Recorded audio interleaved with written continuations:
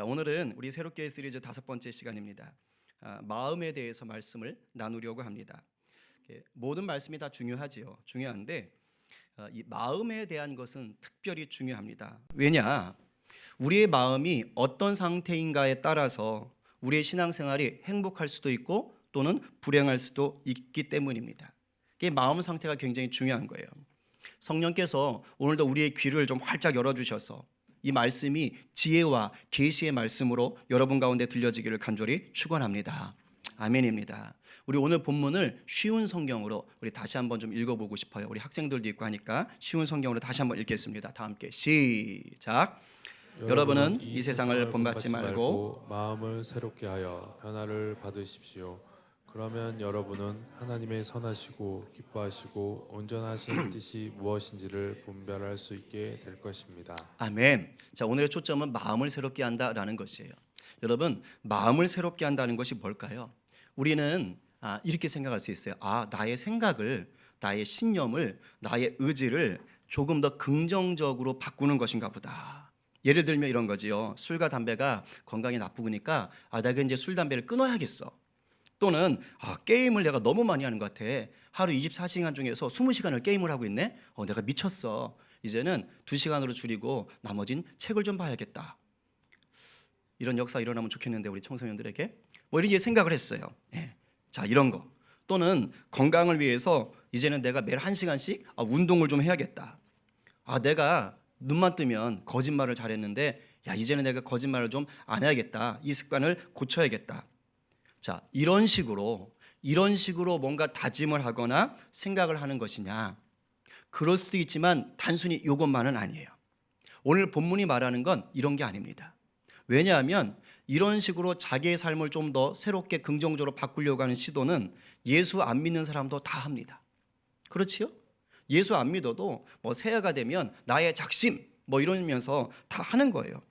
서점에 가보세요. 처세술 책을 보게 되면 이런 거 수두룩합니다. 여기에서 오늘 성경에서 마음을 새롭게 하라는 이유는 뭐냐? 우리가 마음을 새롭게 해야만 하는 존재가 되었기 때문이에요. 존재가 바뀌었기 때문에 그렇기 때문에 마음을 새롭게 하라는 말입니다. 달리 말하면 우리가 이제는 그리스도 예수 안에서 새로운 피조물이 되었기 때문에 이거예요. 우리가 예수 안에서 새로운 피조물이 되었기 때문에 그에 걸맞은 마음을 품으라 이 뜻이에요. 내 신분이 하나님의 자녀로 바뀌었다는 거예요. 그러면 하나님의 자녀로 바뀌었으면 하나님의 자녀답게 생각하라는 거예요. 아주 단순한 것이지만 중요한 것입니다. 예수 안 믿는 자가 마음을 바꾸는 게 아니라는 거예요. 그래서 오늘 본문에서는 이 하나님의 자녀로서 마음을 새롭게 하는 것, 그 신분에 맞는 마음을 갖는 것을 뭐라고 얘기하느냐? 앞부분에 이렇게 설명을 하고 있어요. 이 세대를 본받지 말아라. 쉬운 성경은 이 세상을 본받지 말아라. 이게 바로 마음을 새롭게 하는 것이다. 그러니까 하나님의 마음, 하나님의 자녀됨은 이 세대를 본받는 것과 다르다는 거예요. 서로 반대된다는 거예요. 그러면 우리가 이 세대, 이 세상을 본받지 않는다는 것은 또 뭡니까? 그럼 이렇게 생각할 수 있어요. 그러면 내가 세상을 등지고 그냥 사막 속으로 들어가라는 건가? 그냥 산으로 들어가라는 건가? 불교나 도교에서 말하는 것처럼 속세를 떠나라는 건가? 아니요, 그렇지 않습니다. 그런 게 아니에요. 우리 크리스찬은 세상 속에서만 살아야 돼요. 예수님께서 이 세상 속으로 오셨듯이 우리는 세상을 떠나서는 안 됩니다. 사람들 속에서 같이 어울려 살아야 돼요. 이 세상 속에서 공부도 하시고 일도 하시고 또 사람들 만나면서 이 세상에서 하나님의 나라를 세워가야 되는 일을 우리는 해야 됩니다. 그럼 이 세상을 본받지 말라는 건 뭐냐? 세상 사람들하고 같이 어울리긴 어울리되 그렇되 이 세상이 추구하는 삶의 방식은 본받지 말라는 거예요. 이 세상이 추구하는 삶의 방식. 그럼 이 세상이 추구하는 삶의 방식이 뭐냐? 그냥 쉽게 말하면 이 세상에서 잘 먹고 잘 사는 겁니다. 이 세상에서 잘 먹고 잘 사는 것. 근데 우리가 얼핏 들으면 목사님 그게 왜 잘못됐어요? 당연히 잘 먹고 잘 살아야죠. 맞습니다. 우리는 당연히 잘 먹고 잘 살아야 되는 거예요. 못 먹고 못 살길 바라는 건 그건 잘못된 것이지요. 저도 우리 모두가 잘 먹고 잘 사는 것을 원합니다. 그런데요, 이 세상이 추구하는 방식 잘 먹고 잘 사는 것에 함정이 있어요. 하나님을 모르는 이 세상, 이 세대는요, 사람들에게 너희가 이 세상에서 잘 먹고 잘 살아야 돼 라고 말하면서 두 가지 함정에 빠져들게 합니다. 첫 번째 함정은 뭐냐? 이 세상만 생각하게 해요. 이 세상만. 두 번째 함정은 뭐냐? 네가 잘 먹고 잘 살기 위해서 네가 주인 노릇해야 돼. 이 두 가지 함정으로 우리를 끌어들입니다. 잘 기억하셔야 돼요. 이 세상이 전부다. 그리고 네가 주인 노릇해야 된다. 그런데 이 두 가지 함정에 빠지면 어떻게 되느냐? 하나님을 등지게 돼요. 하나님을 모른 채 죄구덩이에 빠져서 지옥을 향해서 달려가게 됩니다. 이 생만 생각을 하니까 뭐를 모를까요? 죽음 이후를 생각지 않는 거예요. 죽음 이후에 대해서 관심이 없어요. 이 세상에서 어떻게 사느냐에 따라서 영원한 행복을 누리게 될지 영원한 불행, 고통을 누리게 될지가 결정나는데도 불구하고 이 세상만 생각하니까 그걸 모르는 거예요. 내가 죽고 나서 어떻게 될지에 대해서는 아무 상관없어요. 중요한 건 이 세상이에요. 내가 이 세상에서 잘 먹고 잘 살면 돼. 그 다음 난 몰라. 이렇게 하는 것입니다. 근데 더 큰 문제는 이 세상에서 잘 먹고 잘 사는 것에 대한 기준이 철저히 뭐냐? 납니다. 내 만족이 돼야 돼요. 내가 좋아야 되는 거예요. 그것만이 내 세상이에요. 내 만족이 아니면 세상 없는 좋은 게 있어도 싫어. 그건 잘 사는 게 아닌 것입니다. 내 입맛에 맞는 것이어야지 잘 먹는 것입니다. 오로지 내 중심이에요. 기껏 선심을 베풀어봤자 내 가족, 내 친척 또는 내가 좋아하는 패거리들, 그 정도 좀 행복하게 사는 것, 그 정도입니다. 나머지는 어떻게 되든 상관이 없어요. 이 후기 상대주의로 가는 게 이게 굉장히 개인을 존중하는 것 같지만 결국은 나 중심이에요. 나 외에 누구는 어떻게 되든 상관없어요. 내게 피해를 주잖아요. 그럼 다 적이 되는 겁니다. 이번에 우리가 이 대표적인 사건을 하나 경험하지 않습니까? 코로나 바이러스 때문에 우한에 있던 우리 교민들을 이제 우리 한국으로 전 세계로 데려왔잖아요. 그죠? 근데 데려오려고 할 때 이제 이 교민들을 어디에다가 수용해야 될 것인가를 해서 도시를 이렇게 이제 발표했습니다. 맨 처음 도시가 어딘지 아세요? 제가 살던 동네입니다. 제 동생들이 난리가 났더라고요. 막 카톡방에만. 그래서 뭐 충청도를 무시했어 막 그러면서 이 설교 들을 텐데. 근데 그래서 결국은 거기 못 갔지요. 그죠? 뭐 그래서 이제 지금 아산하고 우리 갔잖아요. 그랬더니 아산 또 주민들 또 뭐 하는 거 트랙터로 길 막고 막 난리가 났지 않습니까? 우리 교민들을 수용한다고 하는데 최대한 조심해서 한다고 하는데 그것을 적극적으로 환영한 도시는 한 군데도 없습니다. 아주 거세게 반발했어요. 왜일까요? 전염될까 봐 두려웠던 거예요. 저는 지금 우리 교민들을 수용하는 것을 거부한 도시를 비난하자는 게 아닙니다. 절대 그런 게 아니에요. 왜냐하면 아마 광주로 온다고 했어도 다 들고 일어났을 거예요. 제가 말씀드리고 싶은 건 뭐냐? 이게 우리 인간들의 본성이란 거예요. 내가 피해를 받는다고 하면 일단 싫은 거예요. 일단 불편해지는 거예요. 그래서 우리 님비 현상이라고 하잖아요. 우리 집 뒷뜰에는 안 돼 이거잖아요. 안 되는 거예요. 그래서 그렇게 반대를 하는 것입니다. 아무 탈 없이 지내다가 나랑 아무 상관없다가도 나한테 피해를 주는 것 같다? 그럼 일단 너는 적. 이게 우리 인간들의 모습이에요. 왜일까요? 내가 주인 노릇하는 거예요. 철저히 내가 주인. 내가 주인 되면 결국은 뭐 하는 거예요? 그 마지막은 교만입니다. 그리고 그런 자는 마귀의 종에 대해서 끌려다닐 수밖에 없어요. 왜냐? 마귀가 그걸 노리고 조종하거든요. 마귀는 앞에 안 나와요. 뒤에서 우리를 조종합니다. 우리의 마음이 교만하게 만드는 거예요. 우리가 이 세상만 생각하게 만드는 거예요. 그렇게 만들어서 우리로 하여금 하나님과 멀어지게 만듭니다. 성경에 그렇게 말씀을 하고 있어요. 제 얘기가 아닌 것입니다. 사도 바울은 에베소서에서 성도가 예수님을 믿기 전 상태가 어떤 상태였는지를 분명하게 밝혀줍니다. 우리 쉬운 성경으로 한번 스크린을 보면서 읽어보겠습니다. 자, 시작. 권세 잡은 악한 세력에 순종하였습니다. 누가요? 예수 믿기 전의 상태들. 그러니까 우리도 예수 믿기 전엔 저랬다는 거예요. 3절 시작. 죄된 본성을 쫓아 행하고 육체와 마음이 원하는 대로 온갖 일을 저질렀습니다. 네, 육체와 마음이 원하는 대로. 이 마음은 새롭게 되지 않은 마음이에요. 마귀에게 붙들려 있던 마음이에요. 이 세상만 생각하던 마음이에요. 내가 주인 됐던 마음입니다. 그리고 성경에는 이렇게 마귀의 종이 되어 이 세상을 본받아 살던 사람들의 특징을 아주 많이 설명합니다. 그 중에 사도 바울이 얘기했던 한 부분을 얘기하면 오늘 본문과 관련해서 이 구절을 한번 얘기하고 싶어요. 같이 읽어봅니다. 시작. 사람들이 자기를 사랑하며 돈을 사랑하며 자랑하며 교만하며. 놀랍지 않아요? 제일 먼저 말세에 예수 믿지 않는 자들, 하나님과 사이가 나쁜 자들의 특징이 있다. 근데 그 특징 중에 제일 먼저 나오는 게 뭘까요? 자기를 사랑하며 뭐예요? 하나님보다 자기 자아를 더 사랑한다는 거예요. 자기 사랑이 강해요. 자기 사랑이. 오늘날 이 시대가 얘기하잖아요. 오늘날 이 시대가 나는 나야. 너를 위해 투자해. 모든 게 자기 중심입니다. 돈을 사랑한다는 것은 돈을 우상으로 숭배한다는 거예요. 돈을 버는 일에 자기의 온 마음과 열정을 다 쏟는 것입니다. 이것은요, 내가 돈을 많이 가졌다 적게 가졌다 아무 상관없어요. 내 주머니에 돈 10,000원밖에 없어도 그 10,000원 때문에 벌벌 떨고 이 10,000원을 붙잡아 가지고 이거 어떻게 해야 되냐 여기에 묶여 산다면 그 사람은 돈을 사랑하는 사람이고 돈을 숭배하는 사람입니다. 또 오늘 본문에서 자랑하고 교만한다는 것이 뭡니까? 내가 주인 되었다라는 뜻이에요. 내가 주인 노릇한다는 뜻입니다. 이게 바로 이 세상을 본받는 자들의 특징입니다. 여러분, 혹시 여러분 안에 저런 모습이 있어요? 자기를 사랑하고 돈을 사랑하고 그리고 비방하고 교만하고 나를 자랑하는 일에 내가 막 신경 쓰는 사람 있어요? 죄송합니다. 그런 분들은 아직 우리 예수님을 인격적으로 만나지 못한 분들이에요. 그런 분들은 정말 오늘이라도 주님 내게 은혜 주셔서 내가 주님 인격적으로 만나게 해주세요. 인격적으로 주님을 만나면 바뀔 수밖에 없어요. 어떻게 바뀌냐면 나를 사랑하고 돈을 사랑하던 사람이요 내 주님을 더 사랑하게 됩니다. 이건 분명한 거예요.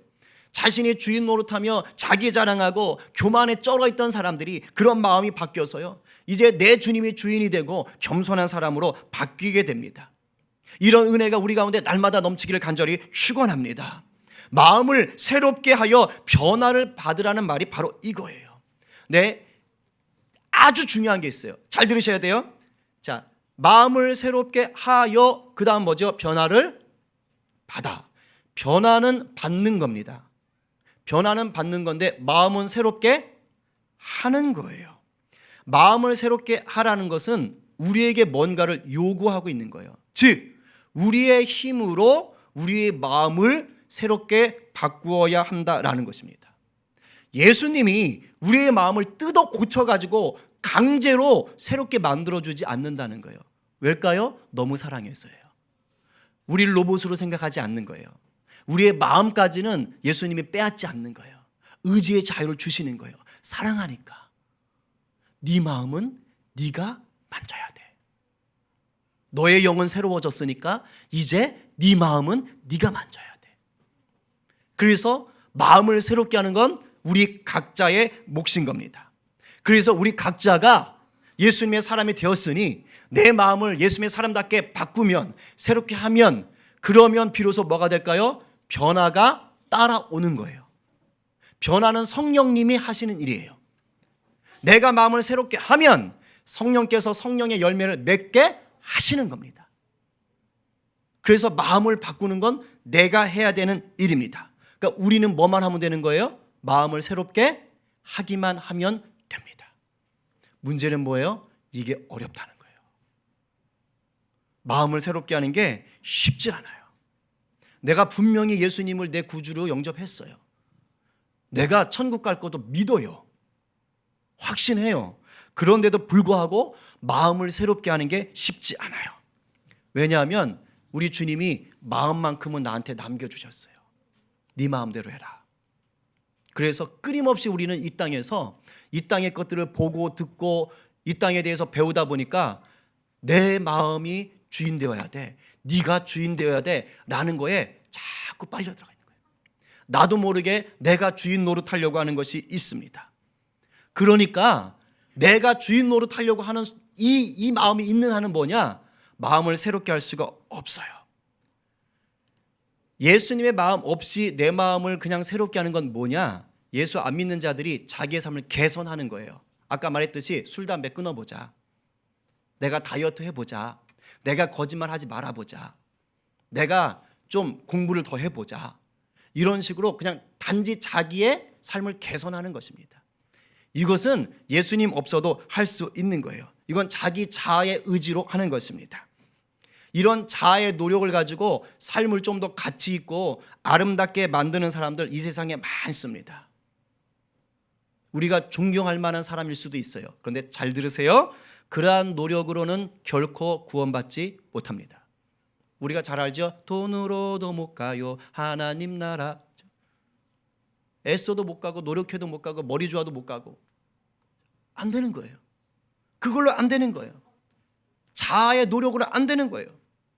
자아가 노력해서 멋진 삶을 살아봤자 천국에 갈 수도 없고 이 땅에 하나님 나라를 세울 수도 없습니다.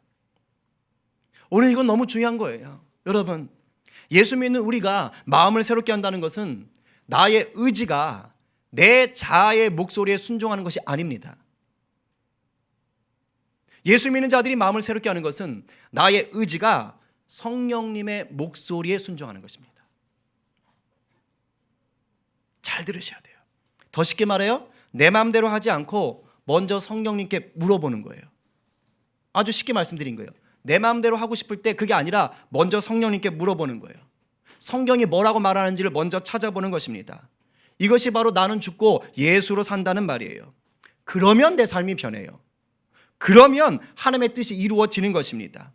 그리고 내 삶만 바뀌는 것이 아니라 내 주변의 사람들도 바뀌게 되는 거예요. 이게 원리예요. 이게 예수 믿는 사람들의 선한 영향력을 드러내는 영적인 원리입니다. 이래야 하나님 나라가 만들어지는 거예요. 그게 아니고 내 자아의 노력으로 그냥 아름답게 바꾸어 나가면 세상 나라일 뿐입니다. 여러분 혹시 예수님이라면 어떻게 하실까라는 소설책을 읽어보셨습니까? 이게 86년도에 나온 책이고 저는 아마 90년도에 읽었던 것 같아요. 소설책인데 내가 예수님의 제자로 살고 싶다 생각하시는 분은 반드시 읽으셔야 돼요. 반드시 읽으셔야 됩니다. 그냥 간단히 말하면 이 소설 속에 목사님 하나 나오는데 이름이 맥스웰 목사예요. 그리고 그 교회 성도들이 예배 시간에 실업자가 된 인쇄공의 방문을 받습니다. 근데 그 인쇄공이 얼마 안 가서 그 교회에서 쓰러졌다가 죽어요. 그래서 그거를 그 성도들과 목사님이 목격하면서 신앙의 본질이 뭔가를 생각합니다. 왜냐하면 그 전까지 그 목사님과 그 교회는 그 도시의 최고의 교회입니다. 세상의 성공을 이룬 자들, 세상이 존경할 만한 사람들로 꽉 차 있던 교회예요. 세상 성공이 전부인 줄 알고 세상의 교양이 전부인 줄 알고 자기 만족이 전부인 줄 알고 살던 목사와 교인들로 이루어진 교회였어요. 그런데 그 실업자 인쇄공의 죽음을 통해서 하나님이 기뻐하시는 것이 무엇인가를 다시 생각해 보게 됩니다. 그러면서 그 맥스웰 목사님이 성도들에게 아주 중대한 선언을 하는 것이에요. 이제 1년 동안 우리가 한번 운동을 해봅시다. 그 운동은 다른 것이 아니라 이제 어떤 일을 하시든지 그것을 하기 전에 먼저 예수님이라면 어떻게 하실까를 먼저 생각해 봅시다. 그리고 예수님한테 물어봅시다. 그리고 예수님이라면 이렇게 하셨을 것 같아 라는 마음이 들면 그대로 해봅시다.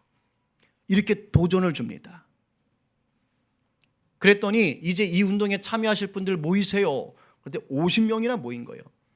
그래서 그 안에는 그 도시 레이몬드라는 시의 굴지의 신문사 사장님도 계시고 그 도시 최고의 성악가도 있고 아주 대단한 사람들이 많이 모입니다. 근데 그들이 실제로 이제는 예수님이라면 어떻게 할까를 동참하는 거예요.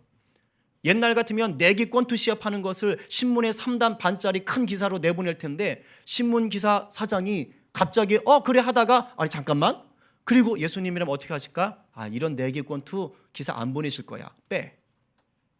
주일에도 신문을 발행했는데 예수님이라면 주일에 안 하실 거야. 술 광고, 위스키 광고가 그 신문사의 큰 수익이었는데 예수님이라면 이런 광고 안 내실 거야. 빼. 난리가 난 거예요. 난리가 난 거예요. 난리가 난 거예요. 이런 식으로 예수님이라면 어떻게 하실까를 물으면서 이제는 실제로 그렇게 실천하기 시작하는 것입니다. 물론 사람들의 반대와 수많은 조롱들이 왔지요. 손해도 봤지요. 그러나 결론적으로는 진정한 평안과 기쁨과 승리를 맛보게 되었다라는 소설이에요. 못 보신 분들은 꼭 한번 읽어보세요. 근데 누군가 그러겠죠. 크크크 목사님 소설이라며. 소설이니까 그렇지. 소설인데 뭔 말을 못해. 현실에서는 안 돼. 이렇게 말씀하실 수 있어요. 그런데요 정말로 그렇게 사는 사람이 있어요. 아마 우리들 중에도 있으실 수 있어요. 정말로요. 혹시 한 사람을 제가 소개하고 싶은데 뭐 개인적인 선호도는 좀 다를 수 있지만 이분이 바뀌었어요. 우리나라 사업가 중에 한 분인데요. 국대 떡볶이 혹시 드셔보셨습니까? 저는 한 번도 못 먹어봤는데요. 국대 떡볶이 생긴 건 조폭같이 생겼는데 굉장히 자기가 여린 사람이라고 그렇게 얘기하더라고요. 이 김상현 형제인데 이 친구는 일찍이 사업의 뜻을 둔 친구예요. 그래서 체육과 갔어요. 딱 체육과 학생 같이 생겼지 않습니까? 체육과 가서 1년 만에 중퇴해버리고 나 돈 벌러 한다. 이러고 이제 사업에 뛰어든 것입니다. 그래가지고 막 캐나다 가서 사업하고 잘 됐을까요? 망했을까요? 쫄딱 망했죠. 그래가지고 쫄딱 망했어요. 그래서 20대 후반에는 이 빚더미에 오른 겁니다. 그래가지고 면책 이거 받아야 되나? 막 이래가지고서는 고민하던 친구였어요. 근데 이 친구가 사업을 하게 된 이유는 단 하나예요. 어차피 인생 한 번밖에 못 사는 거 돈 많이 벌어서 폼나게 살자. 예수 믿기 전에 인생 한 번밖에 못 사니까 돈 많이 벌어서 폼나게 살자. 특히 세계 여행을 마음대로 다니고 싶었대요. 그래서 내가 가고 싶은 거 다 다니려면 돈이 있어야 되니까 돈 많이 벌자. 내가 먹고 싶은 거, 입고 싶은 거 마음대로 해보자. 그러다가 사업을 열심히 하다가 쫄딱 망한 거예요. 그래서 쫄딱 망해가지고 그 강남에서 시작한 게 포장마차 시작한 게 뭐냐면 떡볶이집이에요. 근데 이게 대박이 났잖아요. 그래서 강남에 점포까지 얻고 나중에 막 체인점까지 생기기 시작한 겁니다. 그래서 유명해졌어요. 근데 이때까지만 해도 이 김상현 대표의 목적은 뭐냐? 여전히 세상 성공이었어요. 여전히 세상에서 돈 많이 버는 게 자기의 목적이었습니다. 그러다가 지금 저 김상현 대표가 제 아내랑 동갑이라고 하셨나요? 예, 41살. 근데 30대 후반에 예수를 믿었습니다. 30대 중반에 예수를 믿었는데 완전히 바뀌었어요. 이 창조가 그랜드 캐년 비전 트립에 따라갔다가 살아계신 하나님, 창조주 하나님을 만나버린 거예요. 그러니까 자기가 들어도 진화론은 말이 안 되는데 창조론은 말이 되더래요. 그리고 진짜 하나님 믿어지더래요. 태초에 하나님이 천지를 창조하셨다. 진짜네. 그리고 나서 성경 말씀이 다 사실이라는 게 믿어지더래요.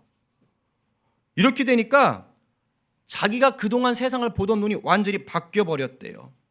그전까지는 돈이 보였대요. 모든 것 위에 중요한 이름 돈. 오로지 돈. 근데 하나님을 만나고 나니까 돈이 아니라 그 위에 사람이 있음이 보였대요.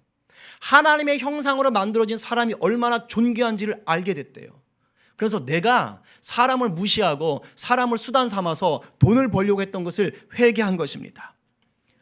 이렇게 하고 나니까 자기가 그대로 살 수가 없대요. 이전처럼 살 수가 없다라는 것입니다.